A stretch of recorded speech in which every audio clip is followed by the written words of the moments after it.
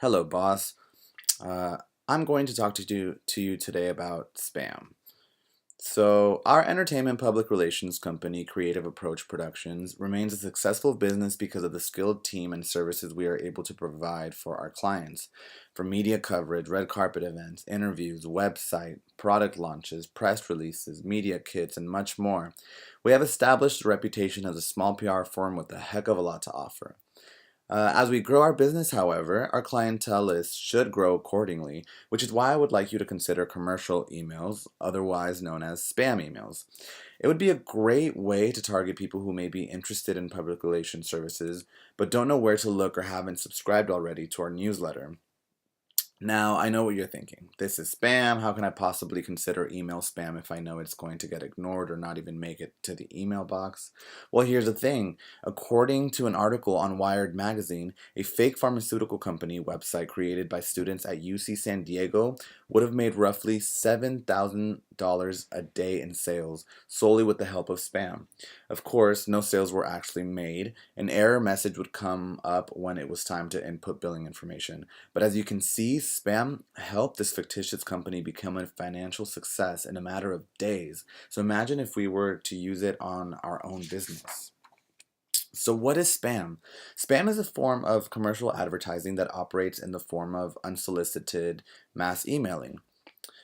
Spam emails are known as junk mail, virus infected emails. They can often carry viruses from the sender's computer that are put in the email accidentally or intentionally. They are used to hijack email servers and use user addresses as well as stealing personal information. Regardless of the bad stigma, however, spam emails can be used to our advantage to target as many people as possible so that we ensure we get as many clicks as possible, directing users to our site. So, are there any rules to all this? Well, in order to act as an ethical business when working with spam emails, we need to be aware of the CAN Spam Act, or in other words, the Controlling the Assault of Non Solicited Pornography and Marketing Act. It is essentially a law that sets rules for commercial emails, which helps control spammers. It's proven more effective with legitimate businesses who practice this rather than spammers themselves. In an effort to make it more effective, they have set legal requirements on spammers, such as no harvesting email addresses, no generating email addresses via online programs, no automated email account registrations, and no using zombies, or in other words, third party computers that have been hijacked with mail programs in an effort to send out spam. By following these rules as well as the commercial rules, which have to do more with what we put in the email, we can be sure to act as ethical as possible. On that note, although I am encouraging our company to start using spam emails, I do not believe spam should be protected by the First Amendment for several reasons. First off, it's an invasion of privacy, and spammers as well as businesses could flood our inboxes without being penalized for it. It would defeat the purpose of an email box. Second, spam is a form of harassment and should not be considered freedom of speech when it's meant to forcefully advertise products or services. I also believe that spammers need laws to regulate them, or else there would be a dysfunctional system. Just like the freedom of speech amendment is not absolute, and the government can impose restrictions depending on the time, place, or manner. Spammers should also not be given the liberty to spam liberally.